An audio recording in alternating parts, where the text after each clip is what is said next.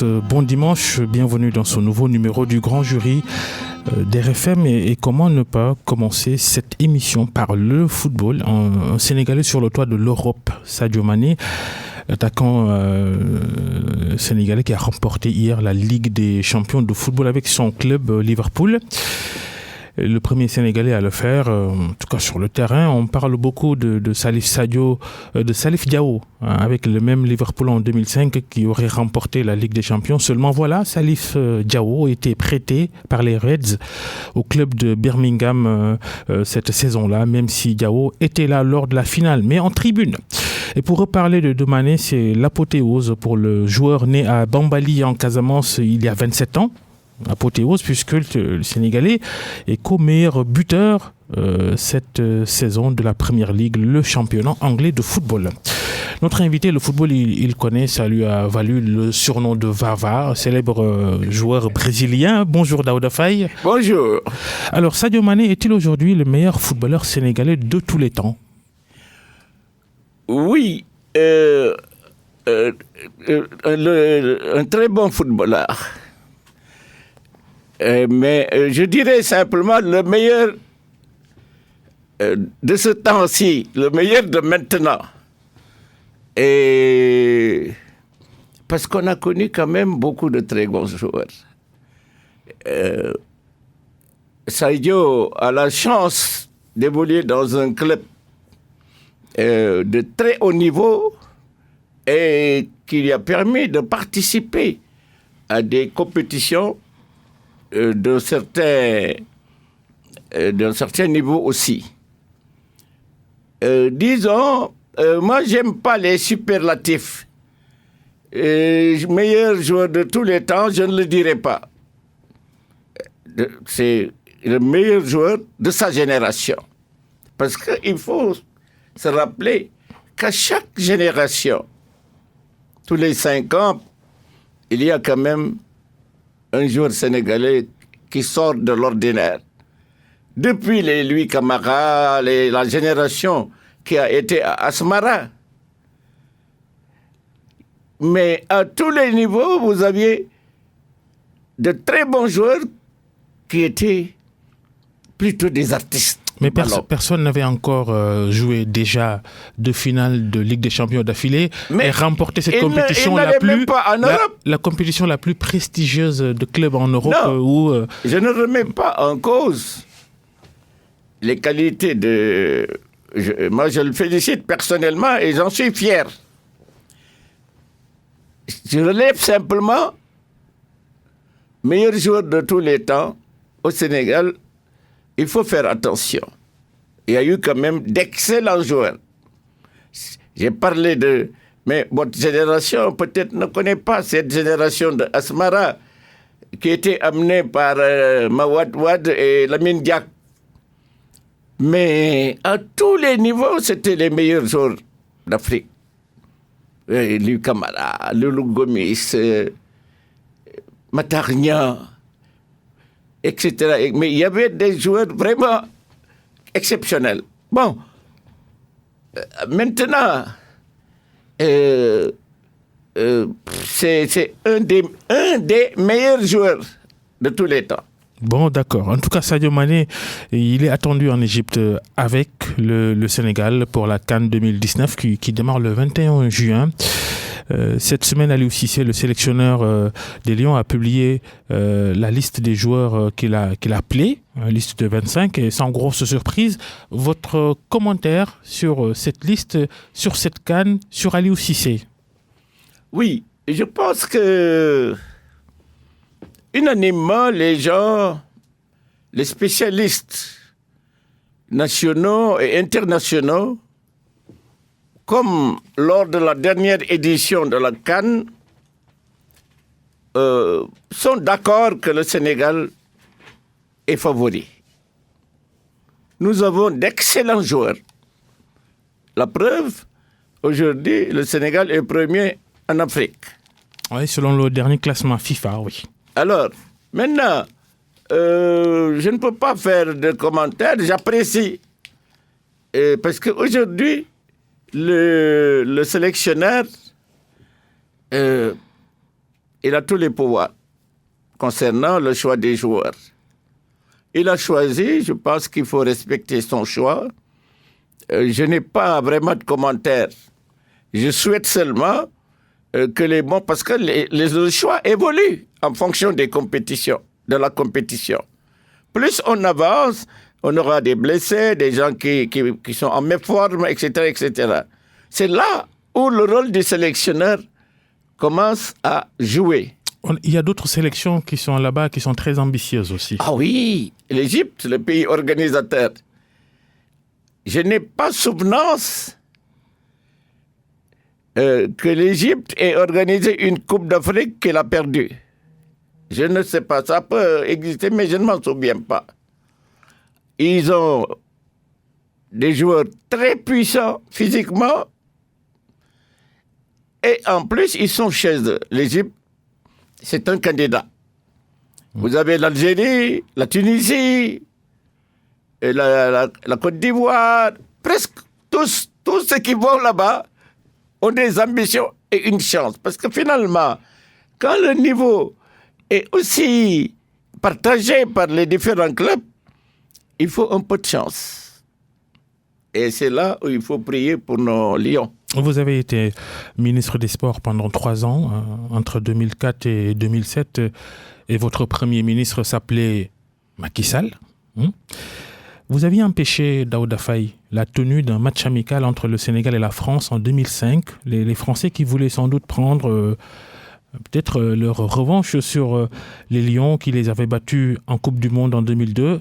Avant-hier, c'était le 31 mai, justement, les 17 ans de cette victoire historique du Sénégal sur la France. Pourquoi aviez-vous refusé que cette rencontre amicale France-Sénégal se tienne en 2005 ? En fait, ce n'était pas à moi de prendre la décision. Je n'ai pas refusé, j'ai donné mon point de vue. Je pense qu'à la veille d'une compétition, un acquis comme ça, une victoire sur la France, il faut attendre de terminer la compétition pour aller faire un match amical. Il ne faut pas prendre des risques d'humiliation ou même de défaite avant d'aller. On était à la veille d'une compétition. Alors j'ai suggéré que la France n'a qu'à attendre avec sa défaite et nous notre victoire. Et on verra après le moment opportun pour nous de choisir et éventuellement de les amener à Dakar. Bon, c'était une opinion seulement, ma position. Mais... Elle a été suivie. Voilà. Oui, c'était un avis musclé. Hein? C'était un avis musclé parce que même le président était d'accord avec moi. Lui, il voulait aussi, chaque fois qu'il va en France, taquiner ses collègues, etc. Mais je vous ai battu, etc. Non, mais justement, des positions musclées, spectaculaires, vous en avez souvent eu.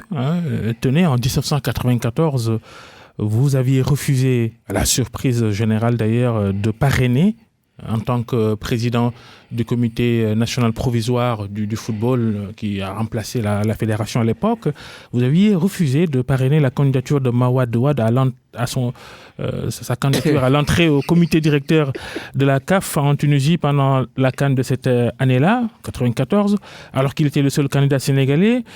Surprise, même Issa Hayatou se posait des questions. Pourquoi ce radicalisme face à de tels sujets, de telles questions ? Non, Mawad, c'était mon maître à l'école primaire, à Kaolack. C'est presque un oncle à moi. Il n'y a pas de problème. Seulement,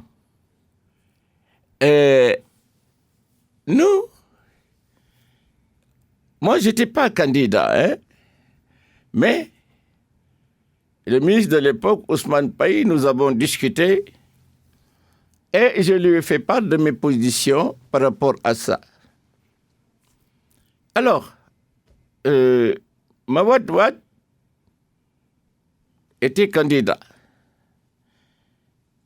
Et quand je suis arrivé, Issa Hayatou, qui était copain de longue date de Mawade Wade, parce que c'est eux qui l'ont élu en 1988 au Maroc,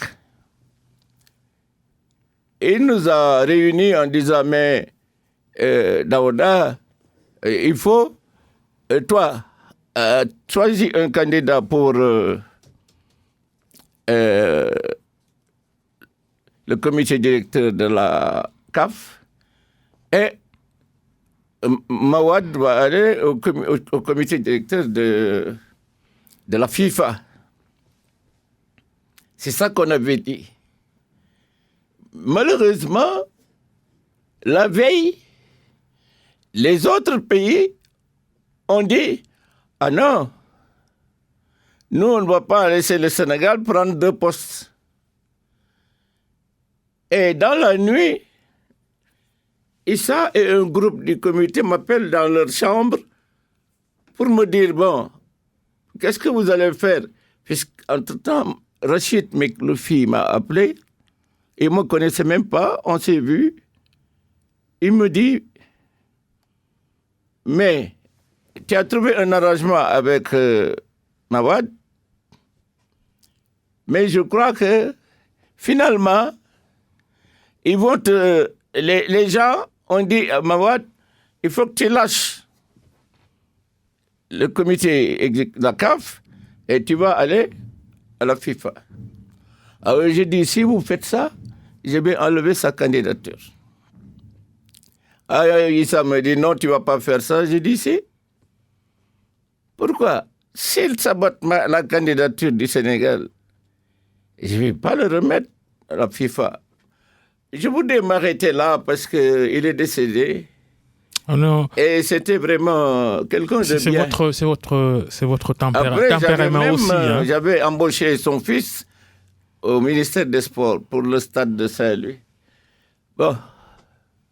C'est votre tempérament. Daouda Faye, vous avez été aussi président du comité d'organisation de Sénégal 92, la seule Coupe d'Afrique des Nations senior de football que le Sénégal a organisée jusqu'ici. Vous êtes l'un des fondateurs, vous êtes le fondateur, pour être précis, du Guédiawaye Football Club. Co-fondateur, oui. Avez-vous des remords aujourd'hui quand vous voyez le Sénégal ne pas organiser la CAN depuis la première fois, il y a 27 ans? Il y a 27 ans qu'on n'a pas organisé la CAN senior. Avez-vous des remords aujourd'hui? Oui, c'est triste. D'autres pays qui ont organisé après nous ont organisé encore une deuxième et même une troisième fois. L'Égypte. Nous, c'était 1992. L'Égypte, c'était 2006. Ils ont réorganisé encore. Bon, je crois que c'est... il faut que l'État collabore mieux avec le mouvement sportif, surtout dans les investissements des infrastructures. Moi, j'avais dit la priorité, c'est de faire des stades dans toutes les capitales régionales, mais de grands stades. On aurait dû faire ça progressivement et aujourd'hui, on aurait au moins 5 ou 6 stades de dimension internationale. Mais c'est triste. On a dépensé beaucoup d'argent pour l'arène nationale. Moi, j'ai dit, j'étais pas pour. Parce qu'il y avait des arènes avant. Pourquoi on a fermé toutes les arènes pour aller dans les stades? Personne ne veut plus parler d'arène. Et il y a des groupes qui sont décidés comme ça. L'arène nationale, l'arène et les politiques ont suivi. Aujourd'hui, personne ne veut aller là-bas. Hein? Et je l'avais prévu. Pour les grosses affiches, presque alors, impossible. Alors aujourd'hui, nous ne pouvons pas organiser la Coupe d'Afrique. Nous n'avons pas les infrastructures adéquates. Non. Nous n'avons pas ça. Ces stades, en tout cas régionales qui existent pour le moment, réfectionnés à outrance, à coût de millions, de milliards, même à Dakar, vous prenez le plus gros stade, c'est Léopold de Senghor, on va encore mettre 30 milliards pour sa réfection, oui. C'est pas la première fois. Finalement, qu'est-ce qui se passe? Est-ce que vous y comprenez quelque chose? Oui, mais le Sénégalais a un très grand défaut. Ils ne sont pas très portés vers l'entretien, de manière générale, et l'entretien des stades en particulier. Et Si un stade avec des gazons et autres, si ce n'est pas entretenu, ça ne marche pas. Et on avait laissé l'environnement de Léopold Senghor arriver à un stade de dégradation inimaginable. Bon, maintenant, il faut récupérer ce stade de Léopold Senghor et s'orienter essentiellement vers le stade Iba Mar Diop, où il y a beaucoup de place à l'intérieur. De l'extérieur, mais on peut encore faire plusieurs choses à l'intérieur du stade Iba Mar Diop. Et maintenant, spécialiser le stade. Parce que tous les stades peuvent faire arène. Hein. Et Demba Diop, qu'est-ce qu'on va en faire alors, à votre avis? Bon, ce sera un stade, comme d'habitude, pour les compétitions locales, etc. Et aussi, qui peut servir de terrain, de deuxième terrain ou terrain d'entraînement, au cas où on aurait à organiser une Coupe d'Afrique ou une Coupe mondiale.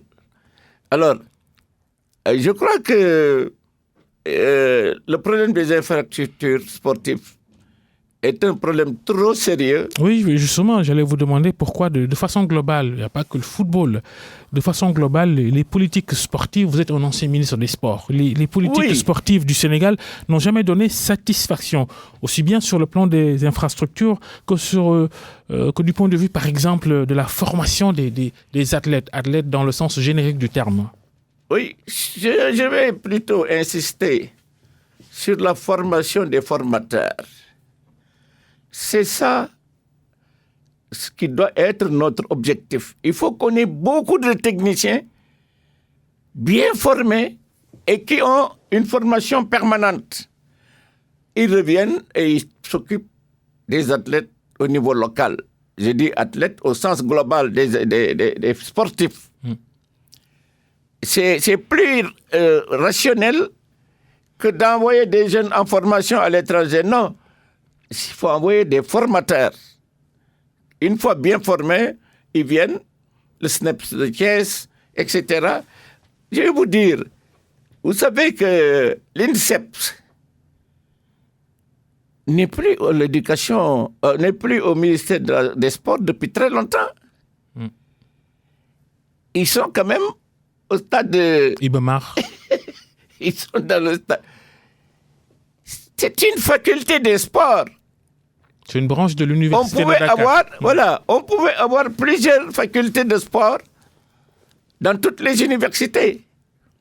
En Europe, il y a les facultés de sport, mais il y a l'INSEP, qui est un laboratoire de suivi et de perfectionnement des athlètes de haut niveau. C'est ça l'origine. Mais l'INSEP chez nous est chargé de former des professeurs d'éducation physique. Ouais, non, ce n'est pas sa mission. Et l'actuel ministre des Sports, qui est l'un de vos prédécesseurs à ce poste, vous le jugez comment? Mon prédécesseur? L'un de vos prédécesseurs, l'actuel ministre des Sports. Ah oui. C'est un garçon sympathique qui connaît le milieu navétane très bien. Et je crois qu'il commence à se mettre au diapason. Mais j'ai l'impression qu'il est un peu trop impliqué dans la gestion des disciplines sportives. C'est sa formation. C'est un enseignant, c'est un garçon. Du mouvement associatif. Voilà, il connaît parfaitement le mouvement associatif. Mais le mouvement associatif populaire. Maintenant, avec le temps, il a commencé à s'impliquer et à parler avec les fédérations. Parce que, m'excusez, je sors du coq à l'âne, les problèmes des fédérations, les Sénégalais, ils font ce qu'ils veulent. Vous vous rendez compte? Un CNG de lutte qui a fait 24 ans. Alors que c'est du provisoire. C'était des CNP. Ils ont changé après le P par N pour dire de gestion au lieu de provisoire. Je suis désolé. On ne doit pas faire organiser la vie d'une discipline sans la participation directe des acteurs, des écuries, des associations qui doivent être les décideurs au niveau de la fédération. Les acteurs sont représentés dans l'actuel bureau du CNG de lutte. Ils représentent qui? Yekini. Ils représentent qui? Qui a choisi? Ouais. Qui a choisi Yekini? Qui a choisi? C'est pas les lutteurs, hein? Qui les a choisis? On les a pris comme ça parce qu'ils ont sont cooptés. Une image. Je suis désolé. Pour vous, Alioune Sarr ne devait toujours pas être président de ce comité national de gestion de la lutte, le docteur Alioune Sarr. Oui. Moi, je ne serais pas resté. Parce que ce sont des missions qui ne doivent pas durer. Vous venez pour aider. Organiser. Une fois que c'est fait, ça dure maximum 4 ans. Vous partez, vous laissez les jeunes continuer. Moi, je ne l'aurais pas fait. J'ai beaucoup de respect et d'amitié pour Alioune Sarr. Mais je parle, chaque fois que je parle au nom de mon pays, de notre pays, le Sénégal, qui nous enterrera tous. Il faut beaucoup respecter ce pays-là. Et faire confiance à la jeunesse. Il faut que les lutteurs et les amateurs de lutte dans les écuries se réunissent et mettent une fédération en place. C'est obligatoire. Pourquoi on ne le fait pas? Il y a la lutte en Europe, mais il n'y a pas de CNG.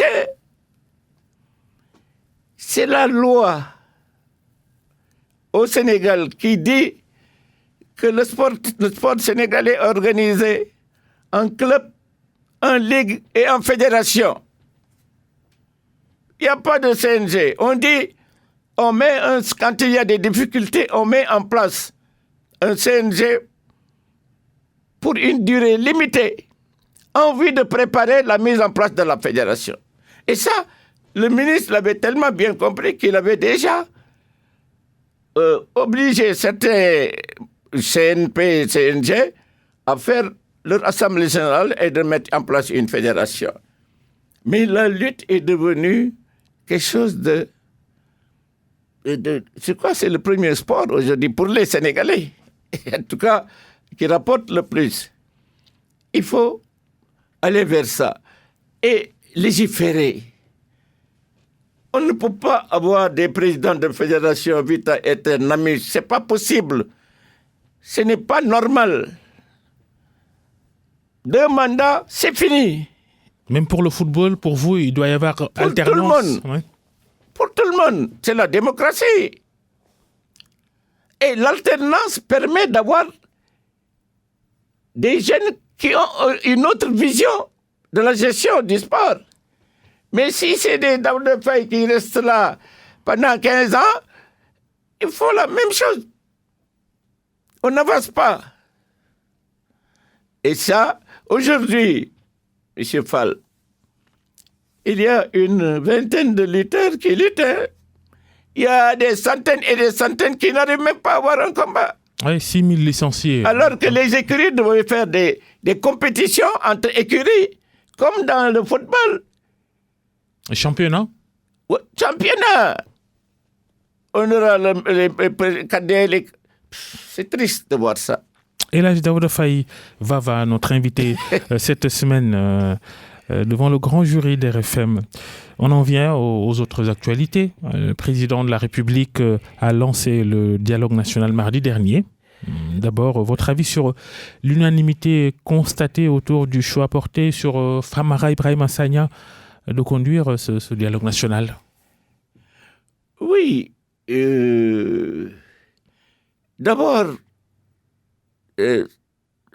c'est un nouveau dialogue. C'est pas nouveau, hein. Après chaque compétition, le président en place,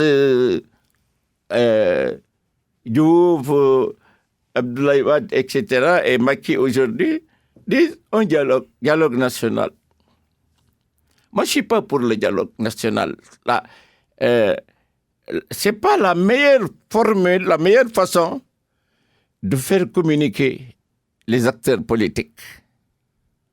Le président de la République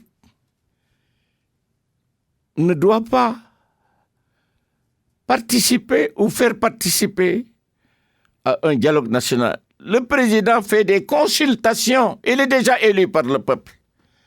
Puisqu'il est élu, s'il a des choses qu'il veut faire passer, il fait des consultations entre les différents partis politiques représentatifs, notamment ceux qui sont à l'Assemblée nationale, et la société civile, les intellectuels. Il les consulte sans engagement.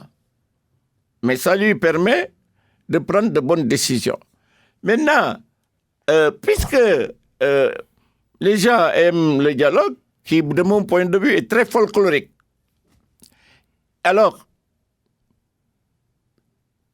c'est pas inutile de le faire.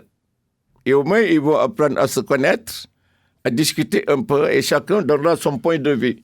Le choix de Famara, vous savez, Famara, il a ceci de particulier.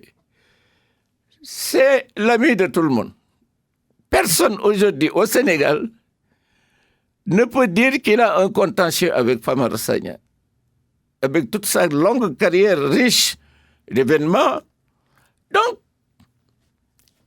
le rôle de Famara, il est très simple, c'est un facilitateur. C'est un facilitateur.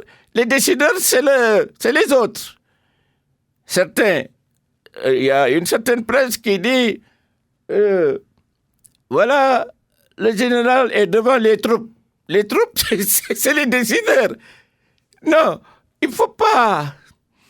Il faut prendre ça comme une mission d'apaisement, de rassemblement. Mais il n'y a pas tout le monde, justement. C'est un dialogue boycotté par des personnalités de l'opposition comme Abdoulaye Wade et Ousmane Sonko. Abdoulaye Wade d'abord, sa posture, votre commentaire. Oui. Abdoulaye Wade, en fait, je préfère dire le PDS. Abdoulaye Wade, c'est un monument politique. Il a fait beaucoup de choses, mais je pense qu'il a un handicap majeur, c'est l'âge. Et sa décision, elle est politique, plus qu'autre chose que personne ne connaît. Mais les gens se demandent pourquoi. Moi, je ne peux pas chercher plus loin. Parce que, vous savez, avant de boycotter une réunion comme celle-là, on dit venez, on dialogue. Mais il faut d'abord aller là-bas pour écouter, pour dire de quoi on va parler. Si vous n'êtes pas d'accord, c'est là où vous pouvez boycotter, dire ce qui se passe là-bas ne m'intéresse pas, je m'en vais. Mais tu ne peux pas d'emblée, avant même de savoir ce qui va être dit, d'aller, je n'y vais pas. Il a déjà évoqué le cas de son fils, dont il demande d'ailleurs la révision du procès qu'il a déjà condamné à une lourde peine, 6 ans plus une amende lourde également de plusieurs dizaines de milliards de francs CFA. Une condition préalable posée par Abdoulaye Wade, ce qui semble signifier qu'il n'y sera pas, il n'y sera jamais dans ce dialogue. Oui. Vous savez, de mon point de vue, nous sommes un pays qui a des structures et des institutions. L'exécutif, le législatif, le judiciaire, qui est le dernier recours du citoyen quand l'exécutif et le législatif ont failli à leur mission. Il ne reste que la justice pour rendre justice aux citoyens. Alors, quand la justice se prononce sur une affaire, quel que soit le résultat, qui sera apprécié diversement par les uns et les autres. Certains diront « Ah, c'est bien ». D'autres diront « Non, je ne suis pas d'accord ». C'est ça la vie. Mais comment voulez-vous qu'une décision de justice puisse faire l'objet d'un dialogue là où il n'y a pas la justice? Je crois que c'est quand même un peu paradoxal. Et si tu vois les décisions de justice en général, les juges ont beau dos, hein? Ils ont bon dos, mais ce sont les lois qui sont mal faites. Le législateur en général, c'est des Daouda Faye, des députés, etc. On ne regarde même pas le fond du projet de loi ou de la proposition de loi et on vote.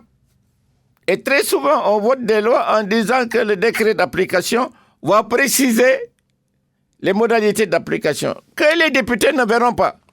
Et Abdoulaye Wade, alors, sur ce dialogue, pour répondre finalement à la question. Moi, je crois que c'est le PDS qui doit parler avec Abdoulaye Wade. Je pense que il faut l'aider. Il faut l'aider parce qu'aujourd'hui, il a besoin de sentir que ses enfants qu'il a formés, tout ça, sont encore avec lui et qu'il l'écoute. Mais dans une discussion franche, sincère et dans l'intérêt du parti. Moi, je suis du PDS, hein. Je suis encore du PDS. Mais j'ai un mouvement depuis 2005. En attendant d'y voir clair, je travaille avec ce mouvement et je m'associe avec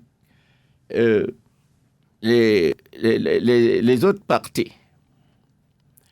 Alors, Omar Sarr, le numéro 2 du parti, du PDS, il a répondu à l'invitation de Macky Sall. Ça, c'est le gros paradoxe dans ces positions du parti d'Abdoulaye Wade. Omar Sarr, c'est un grand intellectuel. Je pense qu'il fait partie des premiers intellectuels de ce pays-là, après les Senghor. Quelqu'un qui a enseigné à la Sorbonne l'informatique à l'époque. Et en plus, il a son petit caractère, mais lui aussi, il ne se dresse jamais contre quelqu'un. Il défend ses points de vue jusqu'au bout. Mais, et pour parler de Sonko est quand même, il faut lui reconnaître une chose, c'est qu'il est dans sa position, il est constant dans ce qu'il fait. Et c'est le contraire qui aurait dû étonner les Sénégalais. Mais le fait qu'il dise « je ne vais pas dans ce dialogue », ce n'est pas une surprise, parce que c'est conforme à sa ligne politique. Voilà pour les deux choses. Aujourd'hui, M. Fall, je suis content d'être avec vous. Mais vous n'avez pas parlé d'Ousmane Sonko, l'autre personnalité de l'opposition qui refuse d'aller à ce dialogue. Ousmane Sonko, qui se radicalise davantage contre Macky Sall. Il est arrivé 3e à la dernière présidentielle avec 15% des suffrages. C'est sa méthode politique. C'est comme ça qu'il veut travailler. Il occupe ce créneau-là. Et ce créneau intéresse les jeunes en général et une frange de la société sénégalaise. Vous savez, dès que vous avez un pouvoir, vous avez automatiquement des gens qui sont contre vous. À tort ou à raison, mais ils ne veulent pas être avec vous. Général de Gaulle l'avait dit à Pompidou, qui était Premier ministre. Alors, et Pompidou se plaignait que tout le monde est contre lui, parce que ceci, parce que cela. Et le de Gaulle lui a dit, ne vous fatiguez pas. Ce sera toujours comme ça.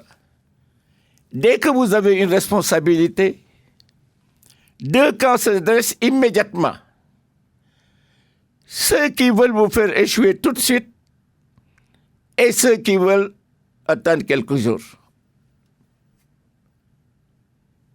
Ça fait partie de la vie tout court et de la vie politique.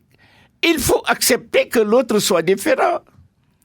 il faut accepter que l'autre pense autrement. C'est la base du consensus social.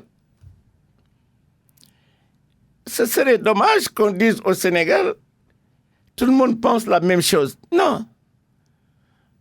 C'est bien. Lui, il est jeune, il a le temps de se rectifier, de se corriger, de s'expérimenter. On verra. Moi, je pense, si le dialogue réussit, il faut féliciter le chef de l'État. Si le dialogue échoue, il faut le rendre responsable. Parce que lui peut faire des concessions. Dans ce qu'il gère, c'est ça que les gens veulent une partie.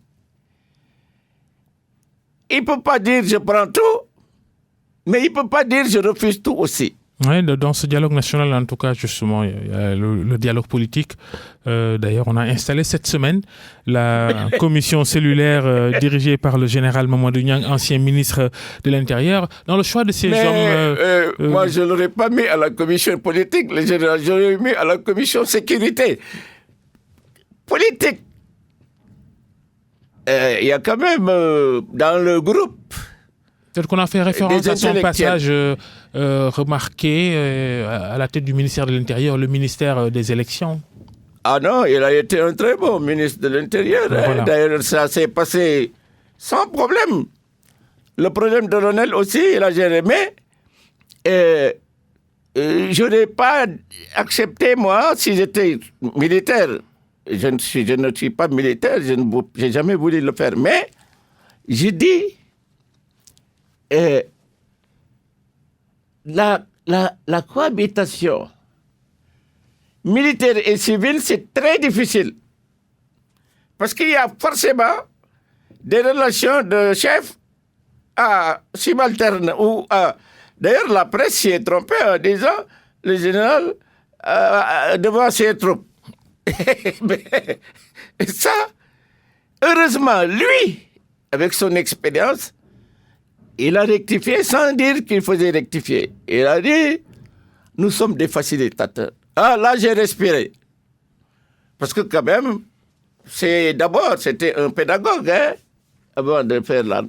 Son expérience lui permet de faire tout. Il a beaucoup d'expérience. Et Famara, je n'ai pas encore entendu quelqu'un critiquer son choix. C'est le choix numéro 1 de l'opposition, hein, donc pas de problème. Il était le choix numéro 1 de l'opposition. C'est le choix de l'opposition. Oui, aussi, et de Macky Sall. Même avant tout ça, il a servi de courroie de transmission, de médiateur entre Abdou Diouf et Abdoulaye Wade, opposants. Tout à fait. Et il a toujours fait d'autres choses. Ce qui avait abouti à la formation du premier gouvernement de majorité présidentielle élargie en 1992. Non, en tout cas, c'est le président de la République qui doit être précis dans ses choix et qui doit donner des lettres de mission à ceux qu'il a nommés pour dire voilà ce que j'attends de vous. C'est le dialogue. Je ne suis pas avec des adversaires, je suis avec le peuple sénégalais qui m'a élu. Il y en a qui ne sont pas d'accord avec moi. Je veux savoir sur quoi on n'est pas d'accord et sur quoi on est d'accord et ce que la loi me permet de faire. Voilà. Si on l'aborde comme ça, il n'y a pas de problème. Vous voyez, j'ai accepté de venir dans cette émission parce que je sais que je ne suis pas ici pour être pour ou contre quelqu'un ou quelque chose. Je suis ici parce que je suis sénégalais. Parce que j'ai exercé des missions à des niveaux importants dans tous les secteurs de la vie. Sport, entreprise, politique, etc. Et j'ai le devoir de dire ce que je pense, sans chercher avec ces Jean ou Paul. C'est mon rôle actuel, à mon âge. J'ai 75 ans, j'ai tout fait. J'ai dit, je profitais de l'émission pour envoyer un message et leur demander aux Sénégalais de soutenir leurs hommes politiques pour qu'ils aillent discuter positivement de l'avenir de notre pays, le Sénégal, qui nous enterrera tous. Je fais aussi parce que je ne suis pas un idéologue, je ne suis pas un donneur de leçons. Je crois en Dieu et en l'avenir de notre pays, le Sénégal, qui nous enterrera tous. Oui. Daouda Faye, vous êtes aussi un ancien maire de Kaolack, hein, ville dirigée aujourd'hui par Mariama Sarr, que vous avez soutenu, en tout cas quand je regarde un peu à la dernière élection municipale.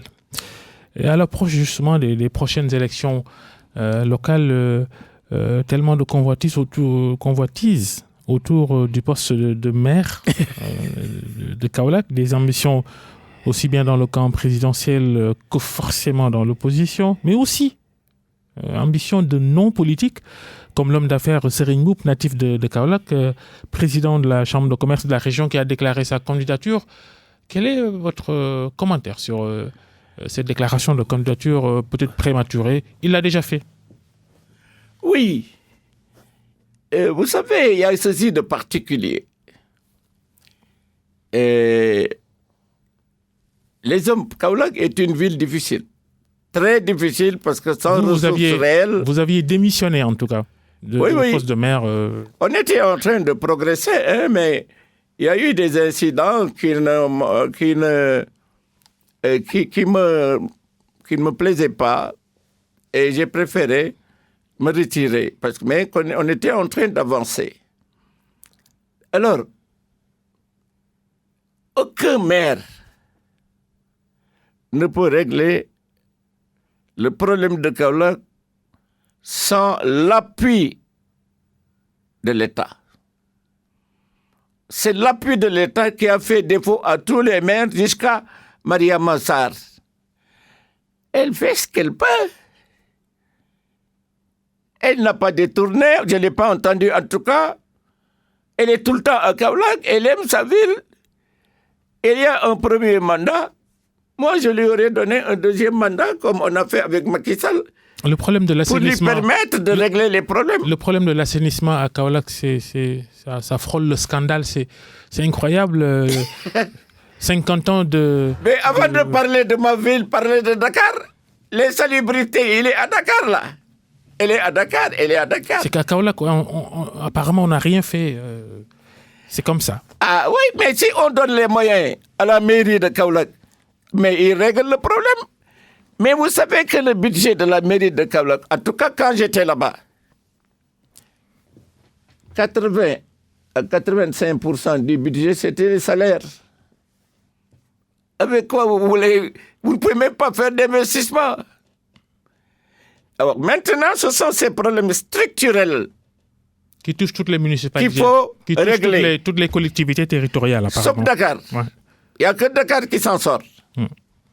On parle un peu institution, c'est bientôt la fin de cette émission. Daouda Faye, vous avez été vice-président du Sénat, qui n'existe plus. Doit-on faire revenir le Sénat pour en refaire la seconde chambre du Parlement? Le Sénat? Oui. Non. Le Sénat, on l'a assez ballotté comme ça. Abdou Diouf a fait son Sénat, Abdoulaye Wade l'a enlevé. Abdoulaye Wade a fait son Sénat, Macky Sall l'a enlevé. Et Macky Sall, c'est le principal organisateur du Sénat de Wade.